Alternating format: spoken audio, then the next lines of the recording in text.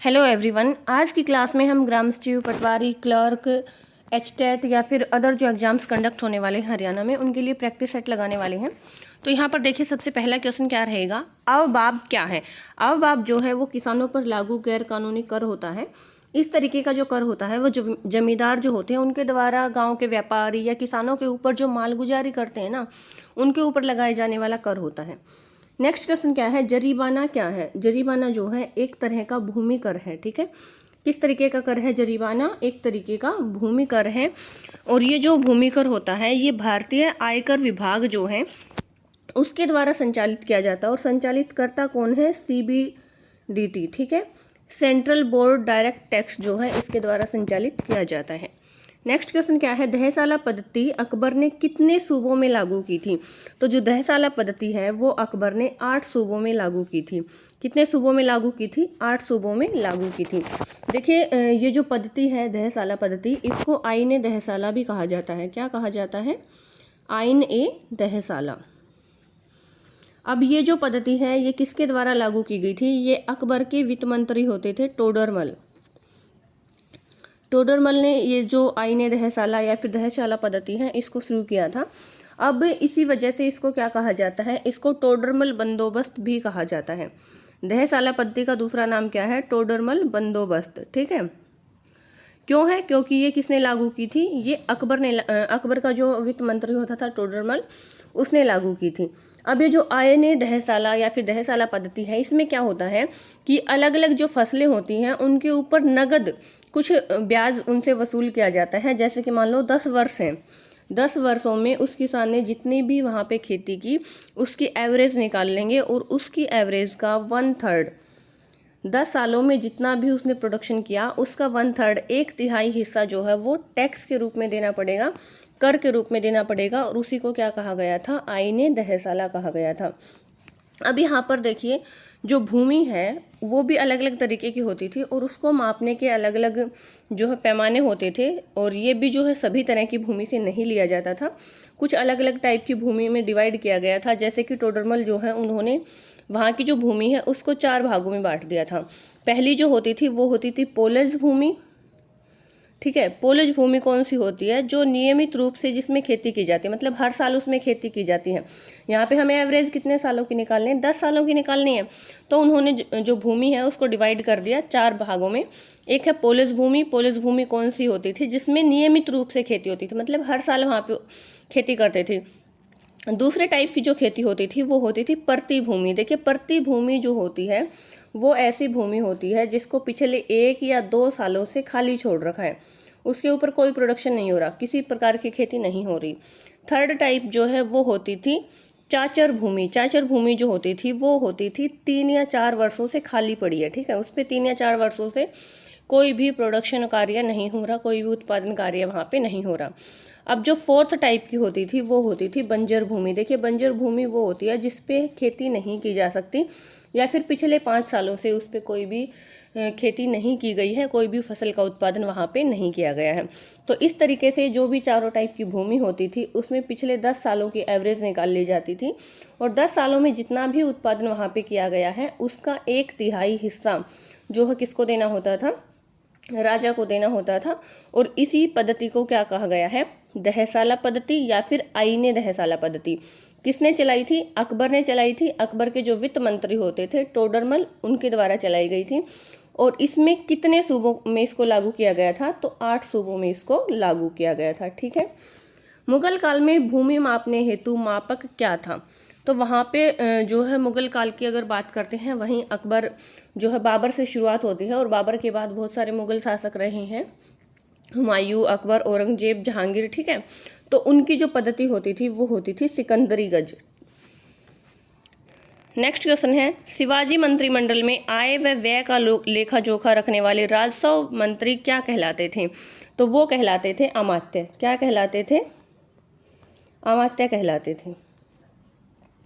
अब इनको मैच करना है, सुमेलित कीजिए कि कौन सा सही है कौन सा सही नहीं है। तो स्थायी बंदोबस्त, स्थायी बंदोबस्त के जनक कौन है, कॉर्नवालिस हैं। ठीक है, सही है ये। इसके अलावा चार्ल्स ग्रांट और जॉन शोर जो हैं उन्होंने भी अपना कंट्रीब्यूशन दिया था। वैसे अगर पूछा जाता है स्थायी बंदोबस्त के जनक कौन है, तो कॉर्नवालिस हैं। रैयतवाड़ी व्यवस्था, देखिए जो रैयतवाड़ी व्यवस्था है वो किसने चलाई थी, तो वो टॉमस मुनरो ने चलाई थी, ठीक है।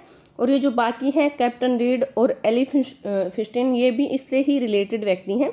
लेकिन अगर पर्टिकुलर ये पूछा जाता है कि रैयतवाड़ी व्यवस्था किसने चलाई थी, तो टॉमस मुनरो के शासनकाल में आई थी।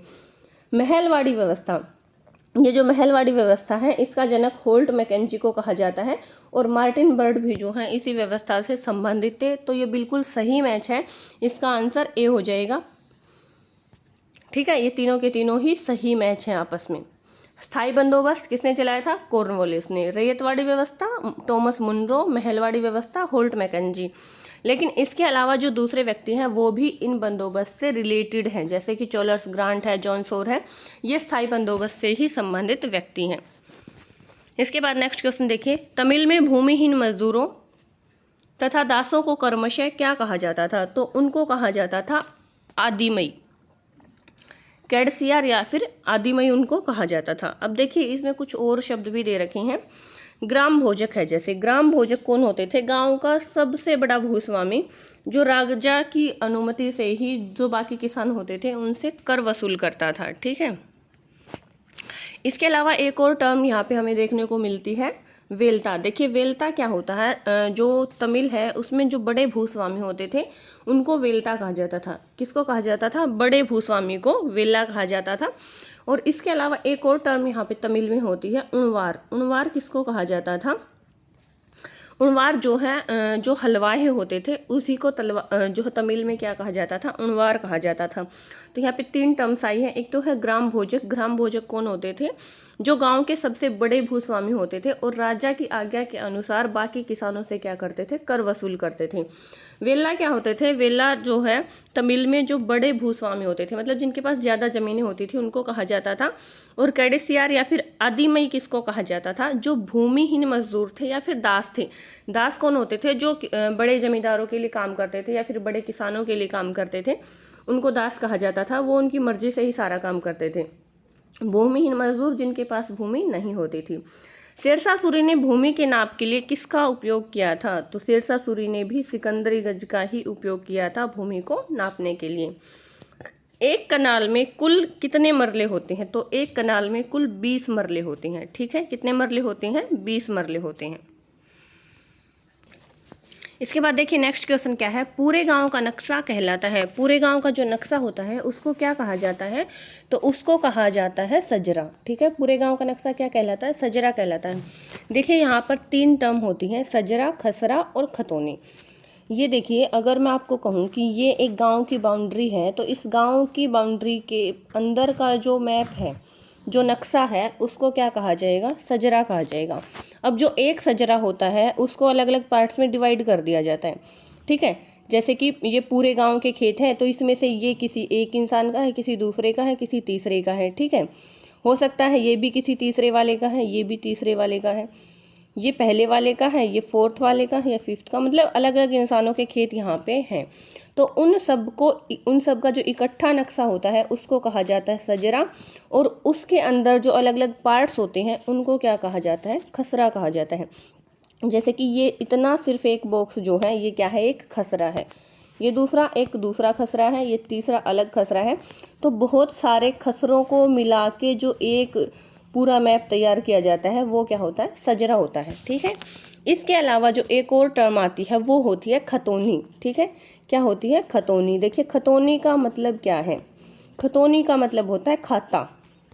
क्या होता है, खतौनी का मतलब खाता होता है। जैसे कि ये जितने भी इसके अंदर, जैसे कि इस इंसान की ज़मीन यहाँ पे भी है और यहाँ पे भी है, तो इन दोनों को एक खाते के अंदर लिखा जाएगा, वो इस इंसान की क्या हो जाएगी, खतौनी हो जाएगी।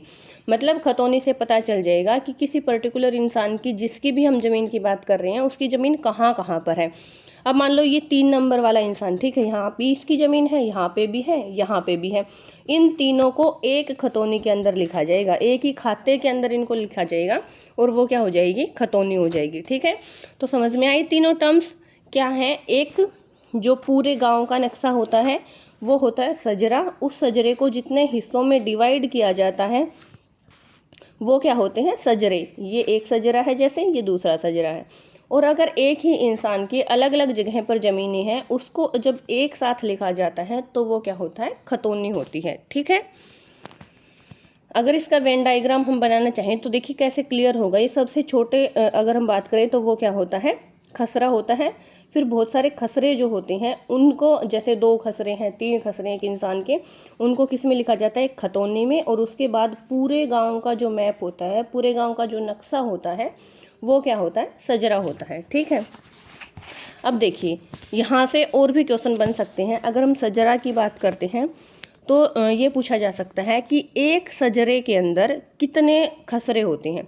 तो कैसे बताओगे? हो सकता है इससे आगे क्वेश्चन आया भी है इससे रिलेटेड। तो एक सजरे के अंदर कितने खसरे हो सकते हैं? कितने भी हो सकते हैं। ठीक है। एक सजरे के अंदर कितने भी खसरे हो सकते हैं, उसके लिए कोई लिमिट नहीं होती है। और खसरे में, अगर सजरे में खसरा पूछा जाता है ना, जैसे कि गांव का नक्शा है, इस गांव के नक्शे में तो कितने भी सजरे हो सकते हैं सजरे के अंदर। ठीक है। लेकिन अगर पूछा जाता है कि एक खसरे में कितने खाने होते हैं, देखो ये सजरे के अंदर खाने हैं, ये एक सजरा है और इसके अंदर ये वाला मान लो फर्स्ट नंबर वाला एक खसरा है। तो एक खसरे में कितने खाने होते हैं? तो एक खसरे में होते हैं 12 खाने। ठीक है। एक खसरे में कितने खाने होते हैं? 12 खाने होते हैं। लेकिन एक सजरे के अंदर कितने भी खाने हो सकते हैं। और अगर किसी व्यक्ति की जो ज़मीन है वो मान लो कहीं कहीं पर है और उसको इकट्ठा लिखा जाता है तो वो क्या हो जाएगी? खतौनी। अब खतौनी के और भी नाम हैं। जो खतौनी की हमने अभी बात की थी, पूछा जा सकता है कि खतौनी के अन्य नाम कौन कौन से हैं। तो खतौनी को जमाबंदी भी कहा जाता है। क्या कहा जाता है? जमाबंदी। ठीक है। इसके अलावा इसको खाता नंबर भी कहा जा सकता है। खाता नंबर। ठीक है। और इसमें कितने खाने होते हैं? तो इसमें खाने होते हैं 22। खतौनी के अंदर कितने खाने होते हैं? तो खतौनी के अंदर 22 खाने होते हैं। और अगर एक खसरे की बात करें तो एक खसरे के अंदर 12 खाने होते हैं। और सजरे में कितने भी खाने हो सकते हैं, इसमें कोई फिक्स नहीं है कि एक सजरे में कितने खाने होंगे। ठीक है। अब अगर बात करते हैं नाम की, तो खतौनी के नाम मैंने अभी बताए थे, जमाबंदी होता है और खाता नंबर भी इसको हम कह सकते हैं।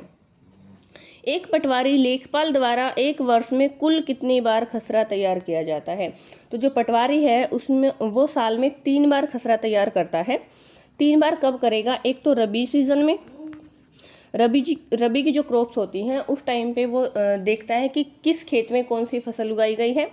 दूसरा करता है खरीफ के टाइम पे। और तीसरा जायद के टाइम पे। जायद कौन सी होती है? रबी और खरीफ के बीच का जो टाइम पीरियड होता है उसको जायद कहते हैं। तो रबी, खरीफ और जायद तीनों ही फसलों के टाइम पीरियड में जो पटवारी होता है या फिर लेखपाल होता है वो अपना खसरा तैयार करता है। जमाबंदी को कितने साल में संशोधित करना पड़ता है? तो जमाबंदी जो है, जमाबंदी अभी मैंने आपको बताया था क्या होती है? खतौनी, जिसकी हमने अभी बात की थी, खाता नंबर या फिर खतौनी, तो उसको करना पड़ता है 5 साल में एक बार। जमाबंदी 5 साल में एक बार होती है। लेकिन जो हमने अभी बात की थी खसरा, वो कब तैयार किया जाता है? साल में 3 बार तैयार किया जाता है। लट्ठा या फील्ड बुक को किस पैमाने पर तैयार किया जाता है? तो किस पैमाने पर तैयार किया जाता है लट्ठा या फिर फील्ड बुक को? तो इसको तैयार किया जाता है 40 करम से 1 इंच के पैमाने पर। 40 करम से 1 इंच के पैमाने पर। देखिए ये जो करम टर्म है, आप सोच रहे होंगे कि एक करम कितना होता है, तो ये सारी चीज़ें हम एक अलग वीडियो में डिस्कस करेंगे क्योंकि वो बहुत लंबा टॉपिक हो जाएगा। एक कनाल में कितने मरले होते हैं, एक मरले में कितना क्या कुछ होता है, एक जो है कितने इंच से मिलके एक करम बनता है, तो वो काफ़ी लंबी जो है टॉपिक हो जाएगा, काफ़ी लंबा, इसलिए इसको एक अलग क्लास में हम डिस्कस करेंगे। राजस्व रिकॉर्ड के रूप में रखी जाने वाली प्रति क्या कहलाती हैं? तो राजस्व रिकॉर्ड के रूप में रखी जाने वाली जो प्रतियां हैं उनको कहा जाता है पड़त सरकार। देखिए पड़त सरकार जो है वो किसको कहा जाता है? राजस्व रिकॉर्ड के रूप में रखी जाने वाली जो प्रतियां होती हैं उनको कहा जाता है पड़त सरकार।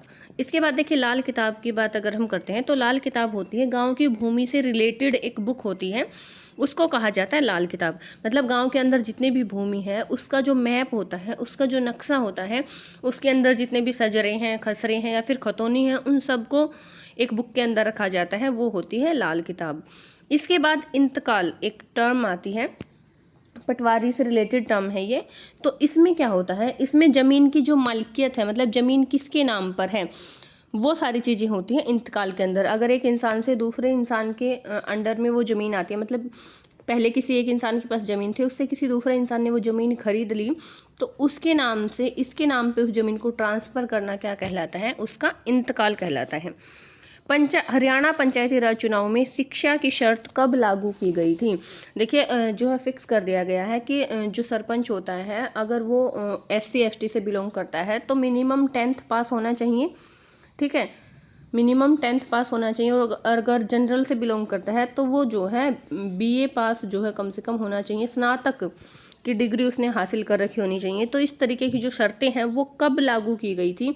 तो वो की गई थी 7 सितंबर 2015 से लागू, ठीक है। तो यहाँ पे पंचायती राज जो चुनाव है 7 सितंबर 2015 के बाद से शिक्षा की शर्तें लागू कर दी कि जो भी सरपंच बनेगा या फिर और जो पंच वगैरह बनेंगे उनके लिए कुछ क्वालिफिकेशन फिक्स कर दी कि उनको कम से कम इतना पढ़ा लिखा होना चाहिए। भारत विभाजन के बारे में निम्नलिखित में से कौन सा कथन गलत है? देखिए जब भारत का विभाजन हुआ था तो क्या क्या चीज़ें हुई थी? देखिए भारत विभाजन द्विराष्ट्र सिद्धांत का परिणाम था, बिल्कुल था। मुस्लिम लीग ने द्विराष्ट्र सिद्धांत को रखा था और उसमें डिमांड की थी कि भारत का बंटवारा हो जाना चाहिए। धर्म के आधार पर 2 प्रांतों पंजाब और बंगाल का बंटवारा हुआ था, बिल्कुल हुआ था। भारत के जो 2 राज्य थे पंजाब और बंगाल, उनको डिवाइड कर दिया गया था अलग अलग पार्ट्स में धर्म के बेसिस पे। जो हिंदू हैं उनका एक अलग देश होगा, जो मुस्लिम है उनका एक अलग देश होगा, इस तरीके की बातें की गई थी। जो पंजाब है उसके भी 2 हिस्से कर दिए गए थे, एक हिस्सा पूर्वी पंजाब कहलाया था, दूसरा हिस्सा पश्चिमी पंजाब कहलाया था। जो पश्चिमी पंजाब है वो आज भी भारत में है और पूर्वी पंजाब कहाँ पे है? पाकिस्तान में है। इसी तरीके से बंगाल का विभाजन हो गया था, बंगाल के भी जो है 2 टुकड़े हो गए थे, एक जो है पूर्वी बंगाल और एक जो है पश्चिमी बंगाल। पूर्वी बंगाल कहाँ पे है? पूर्वी बंगाल जो है आज के टाइम पे बांग्लादेश के रूप में कन्वर्ट हो गया है, मतलब 1971 में जो है ये एक अलग देश बन गया था। और जो पश्चिमी बंगाल था वो आज भी भारत का हिस्सा है। तो ये दोनों ही बातें सही हैं। पूर्वी पाकिस्तान और पश्चिमी पाकिस्तान में संगति नहीं थी, ये बात भी सही है।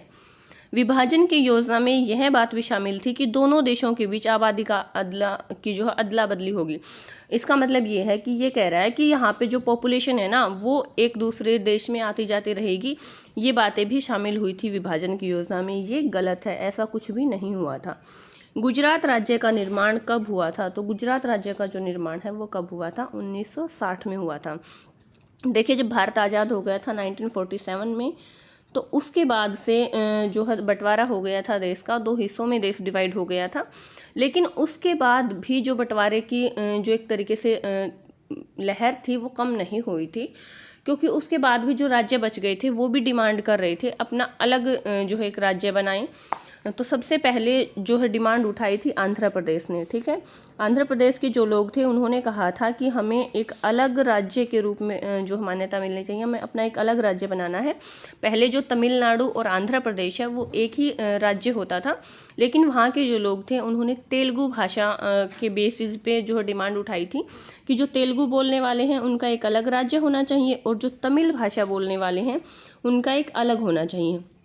तो तमिल भाषा बोलने वाले जो थे उनको दूसरा राज्य कौन सा बना दिया? तमिलनाडु बना दिया। और जो तेलुगु भाषा बोलने वाले थे उनके लिए एक अलग राज्य बना दिया, वो कौन सा था? आंध्र प्रदेश, ठीक है। तो भारत का सबसे पहले कौन सा राज्य बना था? 1953 में बना था। 1953 में सबसे पहले बनने वाला राज्य भारत का कौन सा था? आंध्र प्रदेश था। और कौन सी भाषा के बेसिस पे बना था? तेलुगु के बेसिस पे बना था। जैसे ही तेलुगु के बेसिस पे आंध्र प्रदेश को बनाया गया, उसी टाइम जो दूसरे राज्य थे उन्होंने भी डिमांड उठानी शुरू कर दी कि उनको भी एक अलग राज्य का दर्जा मिलना चाहिए। जैसे कि जो गुजरात है और महाराष्ट्र है, ठीक है, गुजरात और महाराष्ट्र जो है एक ही राज्य होता था। अब यहाँ पे गुजराती भाषा बोलने वाले होते थे और महाराष्ट्र में मराठी भाषा बोलने वाले होते थे। तो इस आंध्र प्रदेश के विभाजन के बाद इन्होंने भी डिमांड उठानी शुरू कर दी कि हमारा भी एक अलग राज्य होना चाहिए। तो गुजराती भाषा बोलने वालों को गुजरात में रखा गया और मराठी भाषा बोलने वालों के लिए क्या बना दिया? महाराष्ट्र। कब बना दिया? 1960 में, ठीक है, 1960 में बना था। राज्य पुनर्गठन अधिनियम कब लागू किया गया था? तो ये जो राज्य पुनर्गठन अधिनियम है 1 नवंबर 1956 को आया था। इसके बेसिस पे क्या होना था? राज्यों का पुनर्गठन होना था। मतलब जो अभी हमने बात की थी, सबसे पहले जो आंध्र प्रदेश बन गया, उसके बाद गुजरात और महाराष्ट्र अलग हो गए। तो जो उन सबको आंध्र प्रदेश जब बना 1953 में, तो उस टाइम पे भारत के जो प्रमुख लीडर थे उनको डर था कि अगर हमने राज्यों का विभाजन करना शुरू कर दिया तो देश की जो अखंडता है ना उसको खतरा हो सकता है। लेकिन जब आंध्र प्रदेश बन गया, वहाँ पे शांतिपूर्ण सारे कार्य चलने लगे, तो उनको भी लगने लगा जो राष्ट्रीय नेता थे कि ऐसी कोई प्रॉब्लम नहीं आएगी अगर हम राज्यों का बंटवारा करते हैं। तो उन्होंने एक अधिनियम बना दिया, राज्य पुनर्गठन अधिनियम 1956 में। उसी के तहत जो दूसरे राज्य हैं उनको डिवाइड किया गया था। प्रथम आम चुनाव में लोकसभा में 16 स्थान प्राप्त करके कौन सा दल कांग्रेस के बाद दूसरे नंबर पर रहा था? तो वो है भारतीय कम्युनिस्ट पार्टी। उच्च उत्पादकता के लिए फसल क्षेत्र मांग करता है, किसकी मांग करता है? देखिए, अगर हमें किसी ज़मीन के ऊपर जो प्रोडक्शन है उसको बढ़ाना है, मतलब हम चाहते हैं कि उसके ऊपर फसल अच्छी हो, तो हमें किन किन चीज़ों की ज़रूरत पड़ेगी? अधिक पानी की ज़रूरत पड़ेगी, बिल्कुल पड़ेगी। अधिक उर्वरक की, हाँ, अगर हम उसमें और ज़्यादा उर्वरक डालते हैं, जैसे हम यूरिया DAP वगैरह डालते हैं, तो क्या होता है? प्रोडक्शन बढ़ जाता है। कीटनाशकों की, अगर वहाँ पे जो खरपतवार हैं उसको हटाने के लिए, या फिर जो हम खरपतवार नाशकों के यूज़ करते हैं, या फिर कुछ कीट वहाँ पे हैं तो उनके लिए कीटनाशकों का प्रयोग करते हैं, तो उन सब की वजह से ही क्या होता है? प्रोडक्शन बढ़ता है। तो ये क्या हो जाएंगे? तीनों ही सही हैं, उपयुक्त सभी की जरूरत पड़ती है। जनता आयोग के जनक कौन थे? तो जनता आयोग के जो जनक थे वो MN रॉय थे। योजना आयोग किस तरह की संस्था है? देखिए, अगर हम योजना आयोग की बात करते हैं तो वो कैसी संस्था है? वो अर्ध संवैधानिक संस्था है। आज के टाइम की अगर हम बात करते हैं तो आज के टाइम पे योजना आयोग का नाम बदल के जो है नीति आयोग कर दिया गया है। ठीक है, क्या है आज योजना आयोग की जगह नीति आयोग। पहले योजना आयोग होता था, 1950 में बना था, लेकिन अब उसको नीति आयोग की जगह रिप्लेस कर दिया गया है। मतलब योजना आयोग को ख़त्म करके उसकी जगह नीति आयोग बना दिया। कब बनाया गया है? ये 2015 से। ठीक है, 2015 से क्या बना दिया गया है? नीति आयोग। 1967 के चौथे लोकसभा चुनाव में जनसंघ को कितनी सीटें मिली थी? तो उनको सीटें मिली थी 35 सीटें मिली थी। ठीक है, 1967 के जो देखिए, यहाँ से एक और क्वेश्चन निकल के आता है कि चौथा आम चुनाव कब हुआ था लोकसभा का? तो वो कब हुआ था? 1967 में हुआ था। किस मुकदमे में संविधान के मूलभूत ढांचे की धारणा का जन्म हुआ था? तो एक संविधान संशोधन किया गया था 1973 में। कब किया गया था? 1973 में एक संशोधन किया गया था जिसको कि कहा जाता है केशवानंद भारती मुकदमा। 1973 में जो केशवानंद भारती जो है वहाँ पे केरल राज्य के खिलाफ जो है केस चला था यहाँ पे, और उसमें जो 13 न्यायाधीश थे उन्होंने मिलके डिसीजन लिया था। 13 न्यायाधीशों की एक पीठ बनी थी और उस पीठ ने कॉमनली मिलके एक डिसीजन लिया था कि हम अगर कोई संविधान संशोधन कर रहे हैं तो उसमें संविधान का जो मूल ढांचा है ना उसमें हम बदलाव नहीं कर सकते। ठीक है, जो संविधान का मूल ढांचा है उसको ठेस नहीं पहुंचाई जा सकती किसी भी संविधान संशोधन के तहत। तो ये किस में हुआ था? केशवानंद भारती मुकदमे में हुआ था। केशवानंद भारती मुकदमा जो है किसके साथ था? केरल के साथ था। और 68 दिन जो है इसमें सुनवाई हुई थी, उसके बाद ये डिसीजन लिया गया था। देश में आपातकाल की घोषणा कब की गई थी? देखिए, अगर हम देश में आपातकाल की घोषणा की बात करते हैं तो अब तक देश में 3 बार आपातकाल की घोषणा हो चुकी है। 3 बार कब कब हुई है? पहले तो तब हुई थी जब हमारा चीन के साथ युद्ध हुआ था। चीन के साथ युद्ध हुआ था 1962 में हुआ था, 65 में हुआ था, 62 में ही हुआ था। ठीक है, जब हमारा चीन के साथ युद्ध हुआ 1962 में तो उस टाइम पे भी आपातकाल की घोषणा की गई थी और ये चला था 1968 तक। ये जो आपातकाल है 1962 से 1968 तक चला था, पहला जो आपातकाल है। देखिए, मैंने आपातकाल की एक अलग से वीडियो भी बना रखी है, आप वहाँ भी देख सकते हैं। यहाँ भी मैं थोड़ा सा आपको बता देती हूँ कि जो आपातकाल होता है वो 3 तरह का आपातकाल होता है। कितने तरह का आपातकाल लगाया जा सकता है? देश में 3 तरह का आपातकाल लगाया जा सकता है। पहले जो तरह का आपातकाल होता है वो होता है बाहरी आक्रमण की वजह से, उसको कहा जाता है राष्ट्रीय आपातकाल। राष्ट्रीय आपातकाल मतलब पूरे देश के ऊपर संकट होता है, अगर कोई दूसरा देश बाहरी आक्रमण करता है तो उसकी वजह से लगाया जा सकता है। तो जब चीन ने भारत के साथ युद्ध किया था, चीन और भारत का युद्ध हुआ था 1962 में, 26 अक्टूबर 1962 को जो है आपातकाल पहली बार लगाया गया था देश में। ठीक है, और उस टाइम पे देश के जो प्रधानमंत्री होते थे पंडित जवाहरलाल नेहरू होते थे, और चीन के नेता जो होते थे पीपुल्स रिपब्लिक ऑफ चाइना, उसके संस्थापक थे माओ त्से तुंग, उन्होंने नेहरू के साथ जो है बदला लेने की कोशिश की थी, क्योंकि उन्होंने, ये थोड़ी सी काफ़ी लंबी स्टोरी है लेकिन थोड़ा ही बताऊंगी। तो नेहरू जो थे उन्होंने गुटनिरपेक्षता को अपनाया था। जब शीत युद्ध चल रहा था, सेकेंड वर्ल्ड वॉर ख़त्म हो गया था, तो उसके बाद जो देश थे उन्होंने एक जैसे गुट निरपेक्ष आंदोलन की शुरुआत की थी। भारत में जो जवाहरलाल नेहरू हैं उन्होंने भी सपोर्ट किया था, उन्होंने भारत से शुरुआत की थी गुट निरपेक्ष आंदोलन की। मतलब जो विश्व है वो दो गुटों में बट गया था, अलग अलग ग्रुप बनाने शुरू कर दिए थे। एक तो जो है यूएसए और दूसरा कौन सा था, यूएसएसआर होता था। अब बहुत सारे देश थे जो कि यूएसए के साथ मिल गए थे, बहुत सारे देश थे यूएसएसआर के साथ मिल गए थे, लेकिन भारत जो है वो किसी के साथ भी नहीं मिला था। उसने गुट निरपेक्ष की बात कही थी।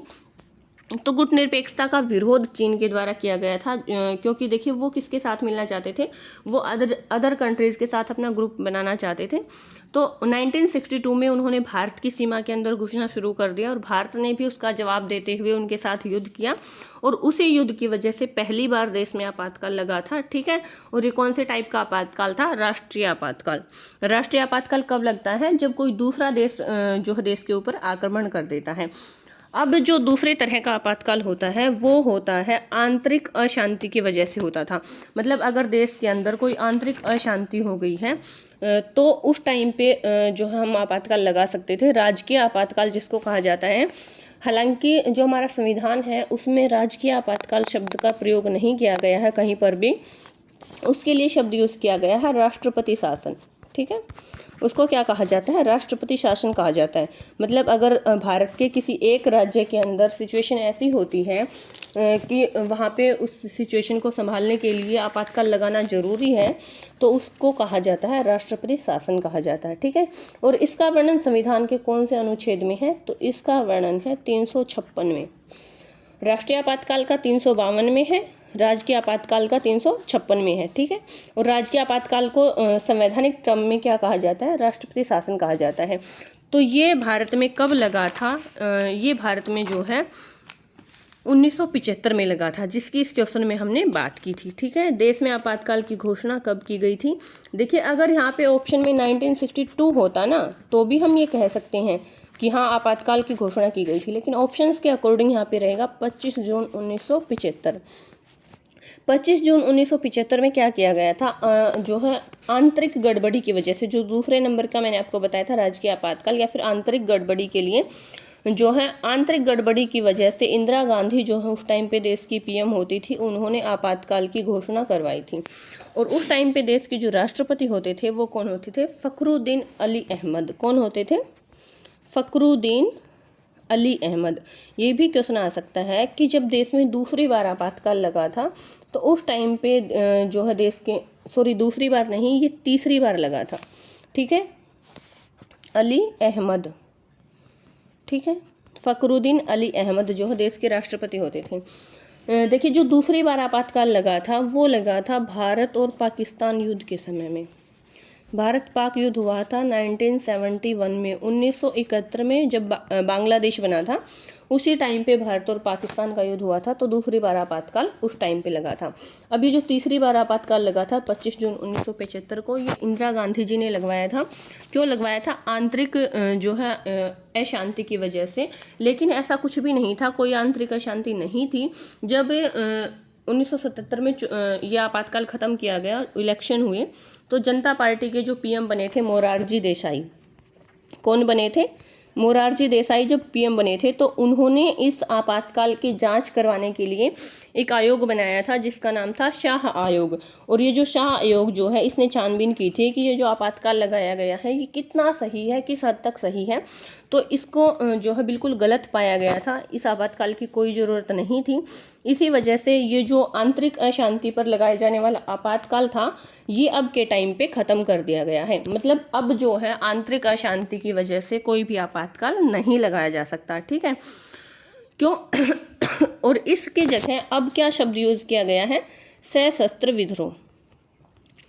सशस्त्र विद्रोह मतलब आंतरिक अशांति बेशक से हो, हम आपातकाल नहीं लगा सकते, कब तक नहीं लगा सकते? जब तक सशस्त्र विद्रोह नहीं होता। जैसे कि अभी जो किसान आंदोलन चला हुआ था, हम कह दें कि आंतरिक अशांति है, जो किसान है ना उन्होंने विरोध कर रखा है, देश का सरकार का विरोध कर रखा है, तो हम क्या कर देंगे? आपातकाल लगा देंगे। लेकिन ऐसा नहीं किया जा सकता। कब तक नहीं किया जा सकता? जब तक सशस्त्र विद्रोह नहीं होता, मतलब जब तक ये हथियारों का प्रयोग नहीं करेंगे, जब तक देश में कोई हथियारों वाला युद्ध नहीं हो रहा ना, उस टाइम तक देश में आपातकाल की घोषणा नहीं की जा सकती। आपातकाल के दौरान हुए किस संवैधानिक संशोधन को लघु संविधान कहा जाता है? देखिए यहाँ पे हम जो है बात करेंगे आपातकाल के दौरान होने वाले संशोधनों की। तो जब आपातकाल लगा था देश में, तो उस टाइम पे बहुत सारे संशोधन हुए थे। जैसे कि जो इंदिरा गांधी है, उनके एक तरीके से हम कह सकते हैं कि उनको ना एक चुनाव हुआ था इलाहाबाद में, रायबरेली जो विधानसभा सीट थी, वहाँ पे चुनाव हुआ था। और उस चुनाव में जो इंदिरा गांधी हैं उसको रद्द कर दिया गया था। क्यों रद्द कर दिया गया था? क्योंकि कहा गया था कि इस चुनाव में ना गड़बड़ी हुई है। और उसी चुनाव में गड़बड़ी के बाद जो इंदिरा गांधी हैं उन्होंने एक संविधान संशोधन करवा दिया, 39वां संविधान संशोधन। ठीक है, जो 39वां संविधान संशोधन था ना, उसमें क्या कहा गया था? उसमें कहा गया था कि राष्ट्रपति और उपराष्ट्रपति और प्रधानमंत्री लोकसभा अध्यक्ष के तौर पे जो सांसद के चुनाव हुए हैं उसको चैलेंज नहीं कर सकता। मतलब कि ना अगर चुनाव में बेशक से गड़बड़ी हुई है, राष्ट्रपति और उपराष्ट्रपति या फिर प्रधानमंत्री लोकसभा अध्यक्ष के तौर पे जो चुनाव हुए हैं उनको रद्द नहीं करवा सकता, उनके ऊपर केस नहीं कर सकता कोर्ट में। इस तरीके की बात कही गई थी 39वें संविधान संशोधन में। और उसी के बाद से जो इंदिरा गांधी जी थी, 1975 में हुआ था ये 39वां संविधान संशोधन। और उसी के बाद से इंदिरा गांधी ने जो है इमरजेंसी लगाने की सोची थी, और उन्होंने डिसाइड कर लिया था कि आंतरिक अशांति की वजह से क्या लगा दिया जाएगा? आपातकाल लगा दिया जाएगा। फिर इसके बाद क्या हुआ? 40वां संविधान संशोधन हुआ 1976 में। अब 1976 में जो 40वां संविधान संशोधन हुआ उसमें कहा गया था कि राष्ट्रीय महासागरीय सीमा जो है, मतलब भारत के जो आर्थिक संसाधन है ना, उसके ऊपर संघ का शासन होगा। मतलब केंद्र के अंडर में आ जाएंगे सारे के सारे रिसोर्सेज। फिर 41वां संविधान संशोधन हुआ 1976 में। और ये जो 1976 में संविधान संशोधन हुआ था, इसमें कहा गया था कि लोक सेवा और संयुक्त लोक सेवा आयोग जो है उनके सदस्यों की जो संख्या है, मतलब जो उनकी एज है, वो एज लिमिट 62 वर्ष कर दी जाएगी। पहले कितनी होती थी? 60 वर्ष होती थी, बाद में कितनी कर दी? 62 वर्ष। ठीक है, तो ये आपातकाल में होने वाले जितने भी संशोधन हैं उनकी हम बात कर रहे हैं, 39वां, 40वां और 41वां। इसके बाद हुआ था 42वां संविधान संशोधन 1976 में। 1976 में जो 42वां संविधान संशोधन हुआ उसमें लगभग 30 आर्टिकल ऐसे थे जिसमें बदलाव किया गया था। और इतने ज़्यादा आर्टिकल्स में बदलाव किया गया था, इसी वजह से इसको क्या कहा जाता है? लघु संविधान कहा जाता है। क्या कहा जाता है? लघु संविधान। तो क्वेश्चन भी हमारा यही है, किस संवैधानिक संशोधन को लघु संविधान कहा जाता है? तो वो 42वें संविधान संशोधन को कहा जाता है। क्यों कहा जाता है? क्योंकि इसमें लगभग 30 आर्टिकल ऐसे थे जिसमें बदलाव किया गया था। अब उस 30 में से कुछ प्रमुख की अगर हम बात करते हैं, तो एक तो ये था कि लोकसभा का कार्यकाल वो स्थायी रूप से बढ़ा के 6 वर्ष कर दिया। ठीक है, पहले 5 वर्ष होता था, इसमें स्थायी रूप से बढ़ाकर कितना कर दिया? 6 वर्ष। अगला क्वेश्चन भी हमारा यही है। तो ये जो टाइम पीरियड है ये कब बढ़ाया गया था? 42वें संविधान संशोधन में बढ़ा के 5 साल से 6 साल कर दिया गया था। ठीक है, दूसरा, इस टाइम पे जो आंतरिक अशांति जिसकी हमने बात की थी कि आंतरिक अशांति की वजह से देश में जो आपातकाल लगाया जा सकता है, उसको भी बदल दिया गया था। उसको भी क्या नाम दे दिया गया था? सशस्त्र विद्रोह नाम दे दिया गया था। ठीक है, अगर ये क्वेश्चन आता है कि आंतरिक अशांति की जगह पे सशस्त्र विद्रोह शब्द का जो प्रयोग किया गया है वो कौन से संविधान संशोधन में किया गया है? तो वो भी 42वें संविधान संशोधन में किया गया है। इसके बाद आपातकाल के दौरान एक और संशोधन हुआ था, वो हुआ था 44वां संविधान संशोधन, जो कि बहुत ही इम्पोर्टेंट है। 44वां संविधान संशोधन जो है, उस टाइम पे मोरारजी देसाई जो है उनकी सरकार आ गई थी। 1977 में चुनाव हुए थे और ये जो हुआ था ये 1978 में हुआ था। तो 1978 में जाके जो मोरारजी देसाई होते थे उन्होंने देश में लगे तीनों आपातकालों को रद्द कर दिया था। देखिए, जो पहला आपातकाल लगा था, दूसरा आपातकाल लगा था और तीसरा आपातकाल लगा था, उन तीनों को लगाने की तो घोषणा की गई, लेकिन उनको हटाने की कोई घोषणा अब तक नहीं की गई थी। तो 1977 में मोरारजी देसाई ने इन तीनों ही आपातकालों को हटाने की घोषणा कर दी थी। ठीक है, 1962, 1971 और 1975, ठीक है। 3 आपातकाल लगे थे और उन तीनों ही आपातकालों को हटाने की घोषणा किसने की थी? 1977 में मोरारजी देसाई जी ने की थी, ठीक है। इसके बाद नेक्स्ट क्वेश्चन देखिए, किस संवैधानिक संशोधन द्वारा लोकसभा की अवधि 5 वर्ष से बढ़ाकर 6 वर्ष कर दी? अभी मैंने आपको बताया था 42वें संविधान संशोधन के अंतर्गत। भारत के किस राज्य में जोतदारों के विरुद्ध 1946-47 में मझोले किसानों और बटाईदारों ने तिभागा आंदोलन चलाया था? तो जो तिभागा आंदोलन है वो किसने चलाया था और जो है किस राज्य के अंदर चलाया गया था? तो ये बंगाल के किसानों के द्वारा चलाया गया था।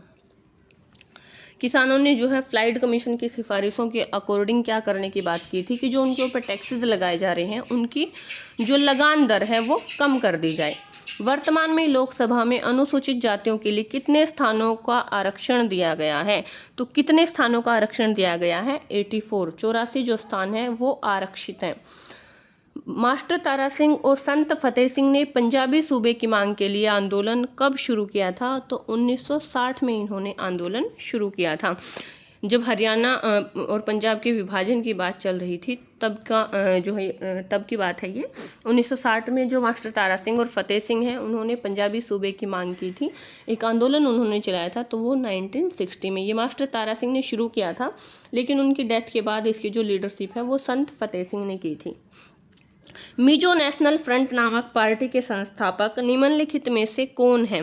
तो इसके संस्थापक जो है लाल डेंगा हैं। देखिए ये जो मिजो नेशनल फ्रंट है ये पार्टी कहाँ पर बनी थी? तो ये पार्टी जो है एक तरीके से हम कह सकते हैं कि ये कहाँ पर बनी थी? ये पार्टी असम में बनी थी, ठीक है, सॉरी मिजोरम में बनी थी। कहाँ पर बनी थी? मिजोरम की ये पार्टी है और इसका जो हेड क्वार्टर है, इसका जो मुख्यालय है वो मिजोरम की जो कैपिटल है आइजोल, वहाँ पे है। कहाँ पे है? आइजोल में। तो ये मिजो नेशनल पार्टी का जो मुख्यालय है, हेड क्वार्टर है, वो आइजोल में है और ये कहाँ की पार्टी है? मिजोरम की पार्टी है।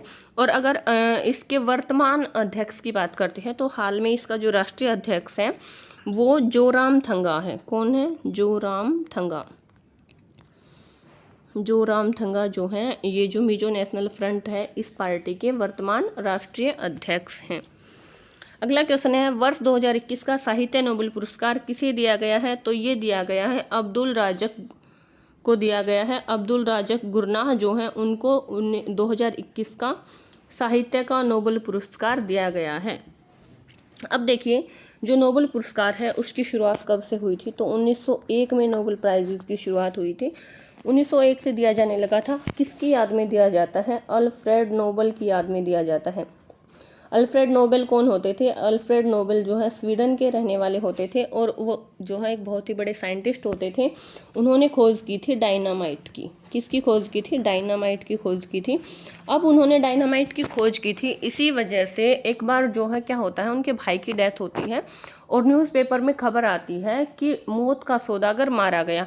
उनको लगता है कि जो अल्फ्रेड नोबेल है ना उनकी डेथ हो गई, तो ये न्यूज़पेपर में आता है कि मौत का सौदागर मारा गया। क्यों था मौत का सौदागर? क्योंकि उन्होंने डायनामाइट की खोज की थी और डायनामाइट जो है एक बहुत ही विस्फोटक पदार्थ होता है।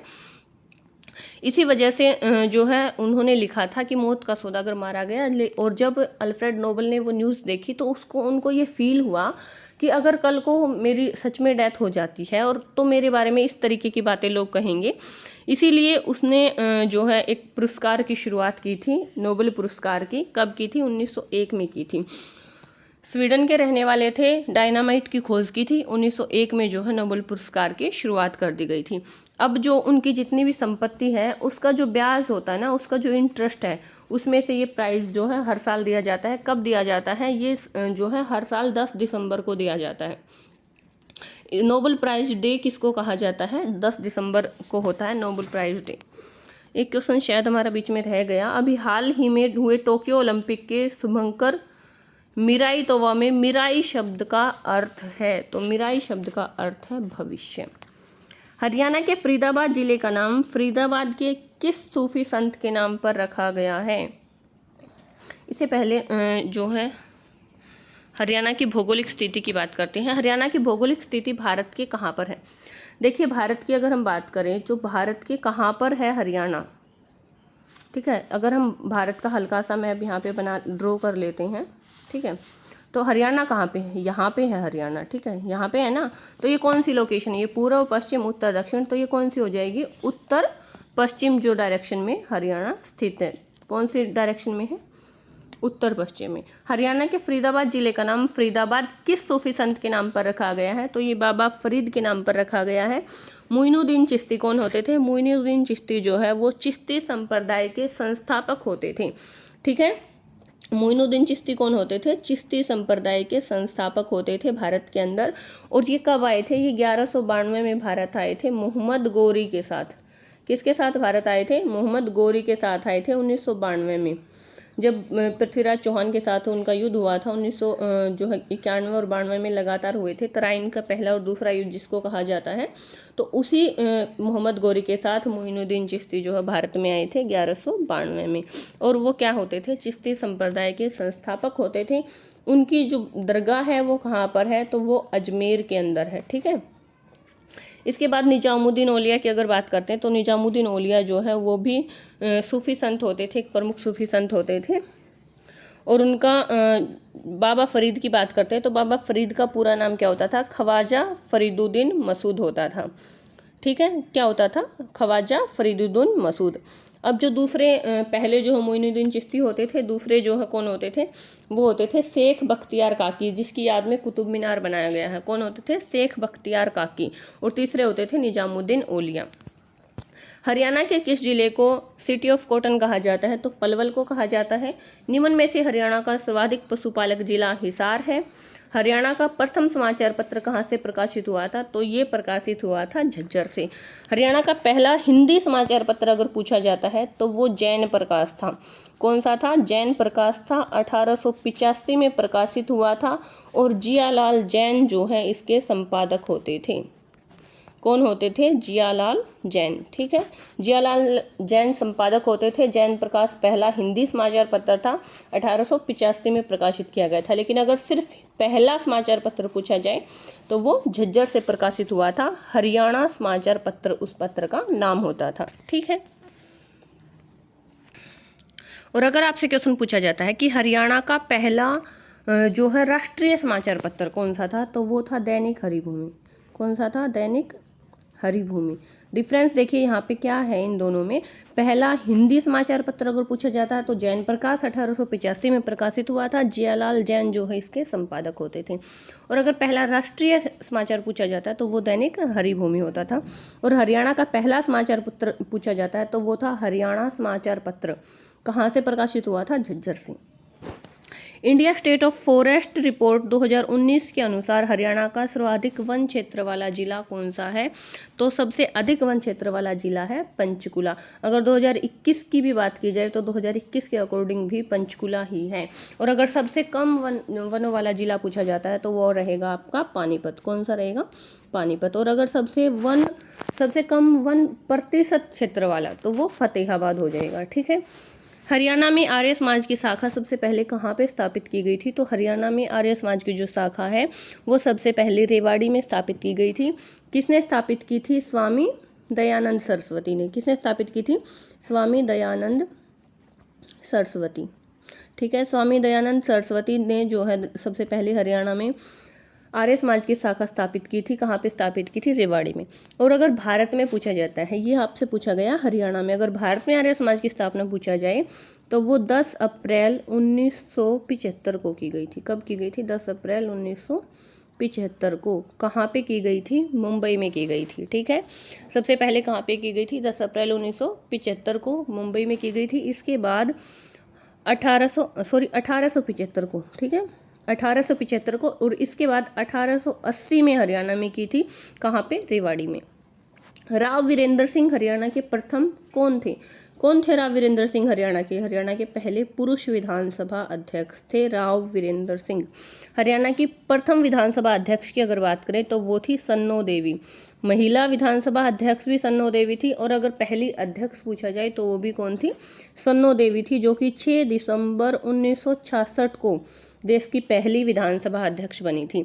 अगर वर्तमान में पूछा जाए तो वर्तमान में कौन है? ज्ञानचंद गुप्ता। कौन है? हरियाणा के विधानसभा अध्यक्ष वर्तमान में ज्ञानचंद गुप्ता। हरियाणा का प्रथम कैंसर संस्थान कहाँ पर स्थित है? तो हरियाणा का पहला जो कैंसर संस्थान है वो झज्जर जिले में है, बाड़सा के अंदर। ठीक है, कहाँ पर? हरियाणा का पहला कैंसर संस्थान झज्जर में, बाड़सा में। शिलादित्य के नाम से हरियाणा में कौन सा सम्राट प्रसिद्ध हुआ था? तो महाराजा हर्षवर्धन। हरियाणा वित्त निगम का मुख्यालय कहाँ पर है? हरियाणा वित्त निगम का मुख्यालय गुरुग्राम में है। अभिलेख कितने प्रकार के होते हैं? तो अभिलेख होते हैं 5 प्रकार के। हरियाणा के तत्कालीन राजनीतिक जीवन की जानकारी किस बौद्ध साहित्य से मिलती है? तो हरियाणा का जो तत्कालीन राजनीतिक जीवन है उसकी जानकारी हमें मिलती है मध्यमी निकाय से। जो मध्यमी निकाय है एक बौद्ध साहित्य है जिससे हमें जानकारी मिलती है हरियाणा की। इसके बाद एक और बौद्ध ग्रंथ है दिव्यावधान। दिव्यावदान एक बौद्ध ग्रंथ है, दिव्यावदान, उससे भी हमें हरियाणा की जानकारी मिलती है। हरियाणा की कौन सी जगहों का वर्णन किया गया है दिव्यावदान में? तो रोहतक और अग्रोहा का वर्णन किया गया है। किसमें किया गया है रोहतक और अग्रोहा का वर्णन? बौद्ध ग्रंथ दिव्यावधान में किया गया है। इसके अलावा जो है और भी बहुत सारे ग्रंथ हुए हैं और भी बहुत सारे साहित्यिक स्रोत हैं जिससे हमें हरियाणा की जानकारी मिलती है। एक है स्कंद पुराण। स्कंद पुराण से भी हमें हरियाणा के बारे में जानकारी मिलती है। स्कंद पुराण का एक खंड है कुमारिका खंड, उससे जानकारी मिलती है। ऋग्वेद से भी हमें जानकारी मिलती है। ऋग्वेद जो है भारत का विश्व की सबसे प्राचीन पुस्तक है। ऋग्वेद सबसे पुराना वेद है ऋग्वेद, उसमें भी हरियाणा का वर्णन मिलता है। किस नाम से मिलता है? रज हरियाणे। ऋग्वेद में हरियाणा को क्या कहा गया है? रज हरियाणे कहा गया है।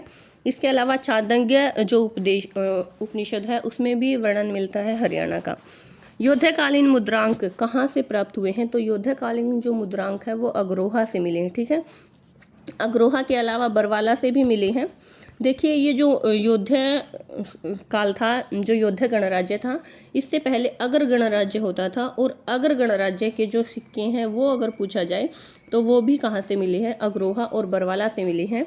बाद में अगर गणराज्य पे योद्ध जो सम्राट थे उन्होंने अधिकार जमा लिया था, यानी कि योद्ध साम्राज्य में ही मिल गया था अगर गणराज्य। इस वजह से जो है ये दोनों सेम ही जो है माने जाते हैं। और ये जो अग्रोहा और बरवाला है ये है कहाँ पे? ये हिसार में है। कहाँ पे है? हिसार में। तो अगर डायरेक्ट अग्रोहा नहीं हो ऑप्शन में तो हिसार है, तो हिसार भी सही रहेगा। अग्रोहा और बरवाला 2 जगह से योद्धकालीन मुद्रांक मिले हैं, या फिर अगर गणराज्य के सिक्के पूछा जाए तो वो भी अग्रोहा और बरवाला से मिले हैं। ये कहाँ पे है? हिसार में है। ठीक है, और युद्धों का उल्लेख जो है वो हमें कहाँ से मिलता है? मतलब ये कहाँ से पता चलता है कि युद्धकालीन सिक्के होते थे? तो एक अभिलेख है रुद्रदामन का जूनागढ़ अभिलेख। ठीक है, रुद्रदामन का जूनागढ़ अभिलेख, उस जूनागढ़ अभिलेख से हमें पता चलता है। और इसके अलावा पता चलता है समुद्रगुप्त की प्रयाग प्रशस्ति से। ठीक है, समुद्रगुप्त की प्रयाग प्रशस्ति। प्रयाग प्रशस्ति हमें कहाँ से मिली है? इलाहाबाद से मिली है। ठीक है, प्रयाग प्रशस्ति जो थी उससे भी हमें पता चलता है युद्धकालीन सिक्कों के बारे में। योद्धों की राजधानी होती थी प्राकर्तनाग। क्या होती थी योद्धों की राजधानी? प्राकर्तनाग होती थी। इसके बाद अगला क्वेश्चन है, महादजी सिंधिया ने अपने विजित प्रदेश का शासन सही तरीके से चलाने के लिए उसे कितने प्रदेशों में डिवाइड किया था? तो उसको 4 प्रदेशों में डिवाइड किया था। इससे पहले क्वेश्चन रह गया, हरियाणा के किस स्थान से प्राप्त अभिलेख से ज्ञात होता है कि हरियाणा में प्रतिहारों का शासन था? तो ये जोध का अभिलेख से पता चलता है। जोध का अभिलेख से क्या पता चलता है? कि हरियाणा में प्रतिहारों का शासन था। हरियाणा के किस कृषि जलवायु क्षेत्र में चावल व गेहूं की खेती की जाती है? तो किस में की जाती है? उत्तर पश्चिमी जो क्षेत्र है उसमें चावल और गेहूं की खेती जो है की जाती है। देखिए हरियाणा का जो कुल कृषि योग्य भूमि है वो 3.8 मिलियन हेक्टेयर है। कितनी है? 3.8 मिलियन हेक्टेयर है। और इसको जो है 3 कृषि जोन में डिवाइड किया गया है। 3 एग्रीकल्चरल जोन है जिसमें इसको डिवाइड किया गया है। कौन कौन से हैं? एक तो उत्तर पश्चिमी, एक उत्तर पूर्वी और एक जो है दक्षिण पश्चिमी। 3 भागों में डिवाइड किया गया है, उत्तर पश्चिमी, दक्षिण पश्चिमी और उत्तरी पूर्वी। खालिस्तान एक विशेष संवाद बॉक्स है जिसमें टेबल के सभी फील्ड शामिल हैं। तो ये क्या है? Data form. क्या है ये? डेटा फॉर्म है। डेटा फॉर्म एक विशेष संवाद बॉक्स है जिसमें टेबल के सभी फील्ड शामिल है। ये जो हमारे कंप्यूटर से रिलेटेड क्वेश्चन हैं। किसी ब्राउज़र का उपयोग करके वेब पेज का पता लगाने के लिए आपको ब्राउज़र के एड्रेस या लोकेशन के बारे में उसका खालिस्तान टाइप करना होगा। उसका URL आपको टाइप करना होगा, यूनिफॉर्म रिसोर्स लोकेटर। एक पूर्ण ऑपरेटिंग सिस्टम जो डेस्कटॉप कंप्यूटर, नोटबुक कंप्यूटर या फिर मोबाइल कंप्यूटिंग युक्ति पर काम करता है, उसको क्या कहा जाता है? तो उसको कहा जाता है स्टैंड अलोन ऑपरेटिंग सिस्टम। क्या कहा जाता है? Stand alone operating system. Khalistan सूचना की एक संपूर्ण डेटाबेस सूची है। तो ये टेबल है। टेबल जो है एक तरीके से संपूर्ण सूचना उसकी इकट्ठी करती है डेटाबेस की। खालिस्तान एक टेबल में एक कॉलम है जिसमें एक रिकॉर्ड के भीतर जानकारी का एक विशिष्ट भाग होता है, तो वो है फील्ड। जब खालिस्तान बिट्स को एक इकाई के रूप में एक साथ समूहीकृत किया जाता है तो कितने बाइट बनते हैं? देखिए, हम अगर बिट्स और बाइट्स की बात करते हैं तो अगर 8 बिट्स को एक साथ किया जाता है तब जाके क्या बनती है? एक बाइट बनती है। 8 बिट्स से क्या बनती है? एक बाइट बनती है। जो देखिए सबसे छोटी इकाई है बिट, और अगर 4 बिट को मिला लें तो क्या बनती है? निबल बनती है। 4 bit is equal to 1 nibble. और अगर 8 बिट्स को मिला लें तो क्या बनती है? एक बाइट बनती है। क्या बनती है? 8 bit is equal to 1 byte. 8 bits is equal to 1 byte, मतलब 8 बिट्स को अगर मिलाते हैं तो एक बाइट बनती है, और अगर 4 बिट्स को मिलाते हैं तो एक निबल बनती है। और अगर हम 1024 बाइट्स को कलेक्ट करते हैं तो 1 MB बनता है, 1 मेगाबाइट बनती है। ठीक है, 1024 MB मिला के क्या बनता है? 1 GB, गीगाबाइट। जो डाटा हम यूज़ करते हैं उसको MB और GB जो है हमारा डेली यूज़ में जो वर्ड्स को हम यूज़ करते हैं इनको, तो MB क्या होता है? मेगाबाइट होता है। MB में कितने बाइट्स होते हैं? 1024 बाइट्स होते हैं। 1024 MB मिलके 1 GB बनाते हैं, और 1024 GB मिलके 1 TB बनाते हैं, terabyte. Gigabyte, terabyte, megabyte. Database प्रविष्टियों को कहा जाता है। तो जो डेटाबेस प्रविष्टि हैं उनको क्या कहा जाता है? उनको रिकॉर्ड कहा जाता है। क्या कहा जाता है? रिकॉर्ड्स कहा जाता है। प्रत्येक टेबल में एक स्प्रेडशीट ग्रिड के रूप में प्रयुक्त होती है, उसको क्या कहा जाता है? तो उसको डेटा शीट कहा जाता है। खालिस्तान आपकी अपनी वेबसाइट के भीतर पृष्ठों के लिंक हैं। क्या है आपकी वेबसाइट के अंदर पृष्ठों के लिंक? आंतरिक लिंक, जो इंटरनल लिंक्स होते हैं वो वेबसाइट के अंदर पृष्ठों के लिंक होते हैं। सबसे छोटी इकाई जिसे कंप्यूटर प्रदर्शित कर सकता है, तो सबसे छोटी इकाई कौन सी है? बिट। अभी मैंने आपको बताया था सबसे छोटी इकाई बिट है। 4 बिट मिलके एक निबल बनाते हैं, और 8 बिट मिलके एक बाइट बनाते हैं। कार्बन का शुद्ध रूप क्या है? तो कार्बन का शुद्ध रूप है हीरा।